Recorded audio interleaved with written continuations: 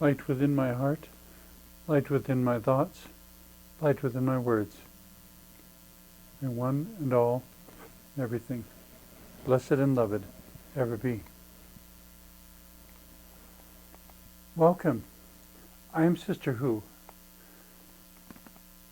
On one hand, I'm often told that as a minister I should be addressing spiritual issues, not societal or political or what have you. And I guess in that sense I try to remember that every country and every people has gone through a variety of different forms of government and will go through a variety of different forms and expressions. I don't want to say what are the right or wrong answers for anyone, because I think it's all very contextual. That what are the right answers for one person may not be the right answers for another. And so in that sense, I don't want to tell someone politically or socially how things have to be in a very specific, precise sense, because it varies on a case-by-case basis. I have found again and again that there is no single individual who is the embodiment of a category. There's no one white person who can represent all white people, and no one woman who can represent all women, and so on. There is so much wondrous, hopefully, wondrous in my opinion, diversity within each and every category one can name. The challenge, I guess, becomes that governments want to establish laws for broad groups, and so in that sense it's always trying for a one-size-fits-all answer. But of course the challenge is that laws have to be interpreted and adapted and made unique to the particular situation, because the needs of one person may be very different from the needs of another person. And unfortunately, because of trying to establish one-size-fits-all answers and a law that pertains to a whole group of people without adequate variance in it, I guess, it becomes very difficult to know what is a good law and what is a bad law. And which is where my intent is to teach people discernment in any way I can, using symbols and metaphors to encourage everyone to look closer and figure out in each specific case what is really going on, and to not be robotic and lose our humanity, but instead respond to the situation as the situation requires, so that each answer can be appropriate to and individually tailored in a sense. The topic, I guess, that comes to mind in all that is that I believe in rights being assigned to individuals, not to categories. If everyone who's married has this right, but those who are unmarried don't. If everyone who's white has this right, but everyone who's not doesn't. If everyone who's a particular religion has a certain right, but other ones don't. It sets up double standards, because there are all sorts of situations in which one rule that is good enough for everyone really needs to be the bottom line. Because if you try to establish, if you assign rights to categories rather than to individuals, you run a much higher chance of the particular law not fitting the particular individual. Because the law that is written is based on a categorical assumption and not upon the truth of the individual. If you want truth, you have to look to the individual. To find truth within a category, it's never really there. I mean, there's a general perception, but there's always an exception. For every categorical prejudgment, there's an exception. All black people are this, well, except for this person. All white people are this, equal, except for that person. All people are this way, well, except for the disabled person. They have to do it differently. To try to specify any language or method or tool or anything as being the correct answer for everyone, it leaves all sorts of problems unresolved. And in the same way, when we assign rights, to say, do you have a right to be yourself? Do you have a right to choose? Do you have a right for this? Do you have a right for that? It's going to vary from individual to individual. And for myself, I hope that by the time I get to that age, there is an adequate amount of freedom and choice regarding mortality. Because, as I've often said to friends, we treat our dogs and cats better than that. I don't ever want to be an elderly person locked up in a nursing home. I'm sure there are perfectly good people who staff nursing homes, but I don't find it to be, in most cases, an environment that brings out the best in the people who live there. It's something that responds to the fact that they are people and they are alive, and we don't want to consign them to death prematurely, as happened in the movie Logan's Run, where they were so paranoid, so afraid of growing older that they made sure nobody did, and everyone died at a young age. There was an episode of Star Trek The Next Generation, I think it was, either that or Voyager, but I think it was Next Generation, in which they also presented a world that had resolved the problems of old age by preventing people from ever achieving old age. And that to me is kind of, well, to use the expression, throwing the baby out with the bathwater.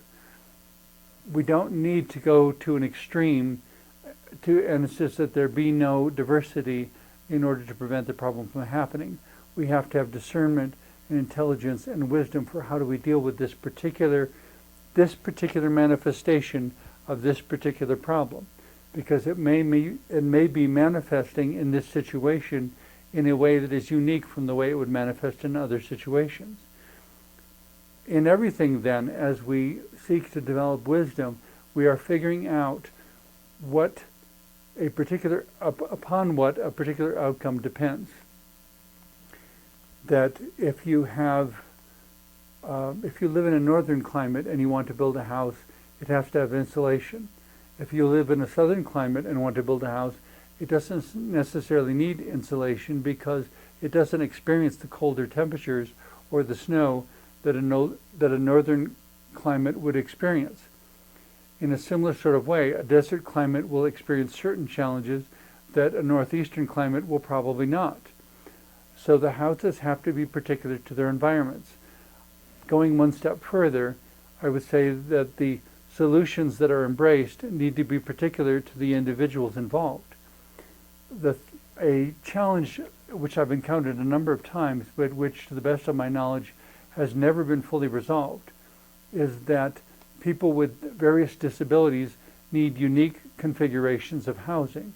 They can have their own homes, but they need those homes to be built in different ways. It may be, for example, that someone who is totally blind, which is actually only 20% of blind people, I've been told, that cannot see anything. The 80% of people who are legally blind can see some configuration of light and shadow or shape or vague form or something. But for these 20% of the blind people who have no vision whatsoever, if they were going to have a house built uniquely for them, it might not have any lights. And they might invite people over to visit them only during the daytime. The benefit of that, of course, is that they won't have an electric bill to pay anywhere near as much as somebody else, because they won't be paying for something that they don't use. That means that there needs to be a way for housing construction to be adapted to that person's needs. Where I ran into problems with this is in trying to establish an autism-friendly house. And one of the things that works very well for me is an open floor plan, where there are no narrow doorways, because I tend to crash into narrow doorways quite a bit, and I hit my elbows on things quite a bit. And I needed showers, not a bathtub, and I needed it to be as big as possible, because I'm always hitting my elbows on things. The particular housing construction that and I made a house that fit me like a glove. It was so perfect. But it wasn't what everybody else wanted, and consequently, the last time, before this recording anyway, that I was able to have my own home, the municipal authorities were not interested in being autism friendly and denied me the ability to live in my own house, because they did not understand and did not want to understand what I actually needed. the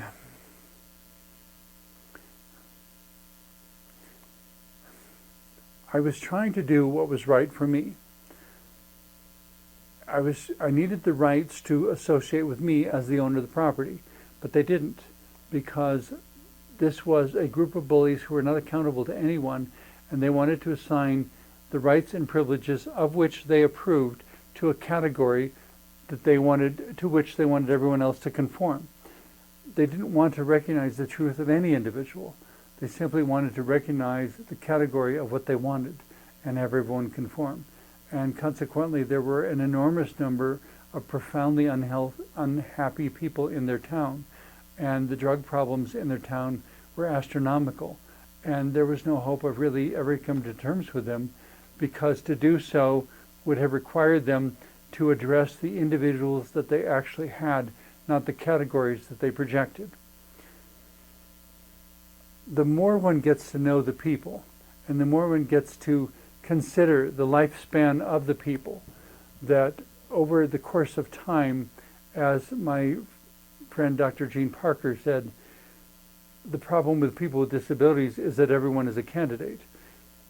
Because everyone is a candidate, over time, one may lose certain abilities, and so it is advantageous to have a house with no steps and with a sloped walkway that conforms to the slope the Americans with Disabilities Act specifies for people in wheelchairs.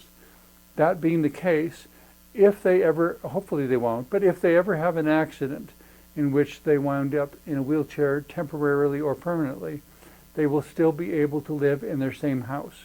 They will be able to have the same environment, look at the same pictures, deal with the same shower, whatever it is they want to do, if everything is already made that way. A person with no disability can live in a home that is made for a disabled person with no real problem. As long as there are not things like, and even then, an absence of lights because you might go blind. Well, there are a whole lot of possibilities that would make it very adaptable. The lights may be lamps instead of being built in. So there are lamps all over the place, but the lights are not built in. That could be a solution that would allow one house to do both, because you can have all the lamps you want, but if you don't have them built in, there are all kinds you won't need them to be there if they're not being used. You can remove them or leave them turned off or whatever if you need the space and you're not using the lamp anyway, there's no reason for it to be there. Put it in storage in the garage or give it to somebody who does need it. I often, one of the principles that I have attempted to live by throughout my life is that everything should be in the place where it can do the most good. So that if I have used something and appreciated and valued it, but circumstances have changed and I don't need it anymore, and I encounter a friend or acquaintance or somebody who needs it, that I can say, here, it'll do more good in your house than it will in mine, and to let them have it. And at one point in time, I attempted to do certain cooking, and under certain conditions, things became predictable enough and regular enough that I could kind of sort of manage it. But living where I do in Colorado now, it's become quite a different challenge, because everything changes according to the altitude. I lived at a home up by tree line, which in Colorado is about 10,000 feet. It actually goes lower as you go further north. But it was about 10,000 feet, and somebody suggested once boiling some eggs, and I don't remember what I did with them at that point because I was never any good at cracking them. I think it was boiling the eggs and then peeling them. And I can't remember how I ever peeled them, or if I did, or if I gave them to peel or what. But I attempted to boil some eggs once at basically 10,000 feet. And it was amusing because the water never boiled. The higher you go, the lower the air pressure is, and consequently water boils at a lower temperature. And I could put the eggs in the water on the stove and turn it on high and wait, and I could come back an hour later or half an hour later, whatever amount of time it was, I don't know, because I never figured out exactly when the change happened. So I don't remember how long it was. But I came back, and when I opened the eggs, they were boiled hard, but they the water had never boiled. The water was never making bubbles or rippling or anything like that. It was just calm water throughout the entire process. But being whatever temperature it was, the eggs finally hardened without ever boiling. But the reason the water didn't boil is because of the air pressure being lower. It's kind of an amusing sort of juxtaposition. And I don't remember doing it too many times because I couldn't predict what was going on. But that was one of the experiments up there. I didn't get to stay in that home, unfortunately, but that was mostly because of someone across the street who, I wanted to assign rights to individuals, not categories. But in his case, he was someone who didn't respect anyone else's boundaries. And it became very problematic. And to the point that I could tell that my dogs were being harassed. And he was not respecting my boundaries. And I attempted to work with different authorities, but no one, as long as he didn't bother the rich people, again, assigning rights to categories. They assigned the right to the category of rich people that they were not to be bothered. I was not one of the rich people, so I didn't have that right, because the right was assigned to the category, not to the person. So when I called the county sheriff, I mentioned the man's name, they would hang up the phone on me. When I tried talking to the neighbors, when I tried talking to the local governments, nobody wanted to do anything because nobody wanted to deal with him. And as long as he didn't bother the rich people, I didn't have any rights to be free from his harassment. And consequently, it got to where I never left my dogs at home alone because I knew they would be harassed. But that was an added expense that I couldn't always afford, of paying for daycare for my dogs, because I didn't trust what would happen to them if I left them at home alone without me there to protect them. They would never challenge me to my face, but I couldn't be a recluse and stay in my home 100% of the time. I had to go places and do things. I had to live my life, and I couldn't do that as long as there was nothing, absolutely nothing, that would protect my boundaries, because I lived in a poorer section that didn't have the rights of protection that the richer sections did. I guess I've never gotten along well with double standards, and I've always hated it when people categorize me instead of getting to know me.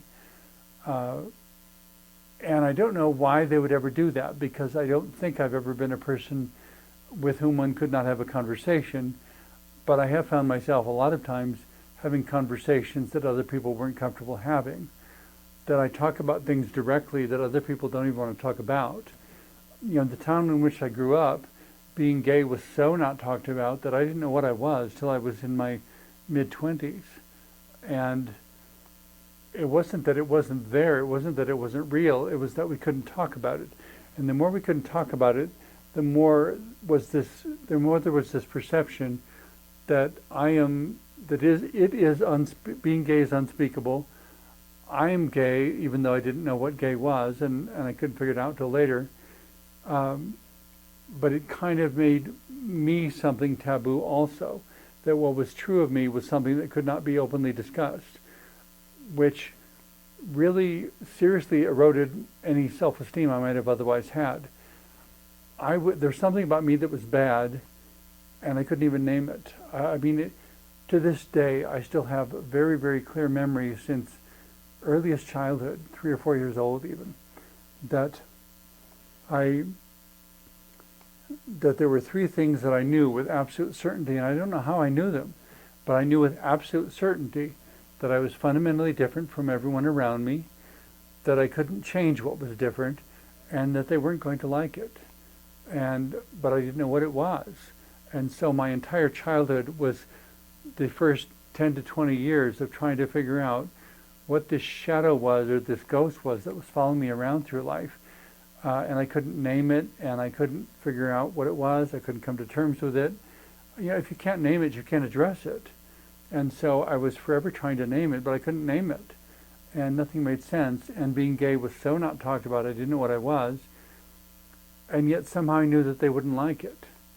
And then, of course, later on, long after that, I found out that I was autistic also, that I am autistic. And I don't know if they would ever want to talk about that either, because everyone, as I look back on my childhood, everyone was trying so hard to pretend that everything was normal and everything was fine and there was nothing unusual. And of course, the more they insisted that, it was kind of like William Shakespeare. Methinks thou dost protest too much. The more they insisted that I was normal, the more I knew I wasn't. And the more they insisted that I really did fit in fine, the more I knew I didn't. And somehow in all of that, I remember all the way back in high school thinking, this is a small town, and in a small town, one must either conform, leave, or die. And I don't want to die, and I can't conform no matter how hard I try, so I guess that means I have to leave. And I haven't been back there in, goodness, a very, very number of decades, because my family has no use for an openly gay person. I have no use for a person who will not be open and honest with me. I want to maintain my own integrity, but I want everyone else to maintain theirs too. And hopefully, if we put our heads together, we can figure out a world. The world is a shared space, but hopefully we can figure out how to orchestrate it so that everyone gets what they need, and that the person with a disability can build or have a house that is uniquely tailored to them, where they will experience the minimum number of problems because everything is exactly how they need it. In my case, when I rebuilt my kitchen, I chose to go with shelves instead of cupboards so that I could see everything I had to work with. Nothing was hidden from sight, and that made it so much easier to deal with when I could see everything that was there. Why did I have to have kitchen cupboards anyway, just to be like everyone else? Well, what if the way they were living didn't work for me? Created more problems for me instead of more solutions, more empowerment. I wanted something uniquely empowering, something that would let me be me within my house, and let me be myself within my house. And so I had shelves instead of cupboards in my kitchen, and it was beautiful. It was wonderful, and I hope someday I get back to that. The doorways were wide, and I could walk from room to room and up the stairs, and their stairs was 3.5 feet wide, because I rebuilt the stairs, and a friend who saw it and informed me that he considered it a work of art because it was so unique and so solid. And I mean, I could ride my motorcycle up that stairs if I had to. It was too steep, but it was so solid and so strong that it wasn't a question of being safe, but it was wider and it was open and it was exactly what I needed, so that it was never a problem.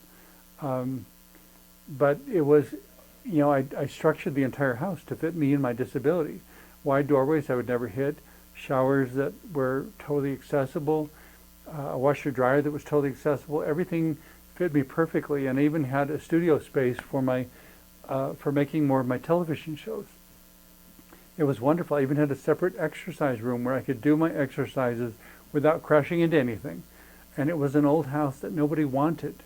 It had been sitting empty for years, and my understanding is that since I left it, it's once again sat empty and no one's ever moved into it. Nobody else wants it. And I don't care if they put some restriction on it that no one can live in it when I'm gone, unless it fits them perfectly or is thoroughly inspected or something. I can't sell it. Fine, I can't sell it. That's fine with me, as long as I have a house that is everything I need and all my needs are met, and then I can build symbiotic relationships with my community. I can help them to find effective ways to renew their own lives. But the first step will be having a town government that supports that, rather than values its own power and control higher than anything. They didn't want to assign rights to the individuals in their community. They wanted to assign rights to categories as they defined them.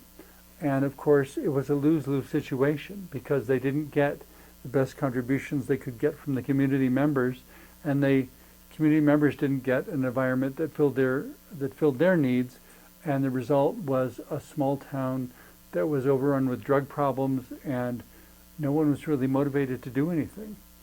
And it was also very sad.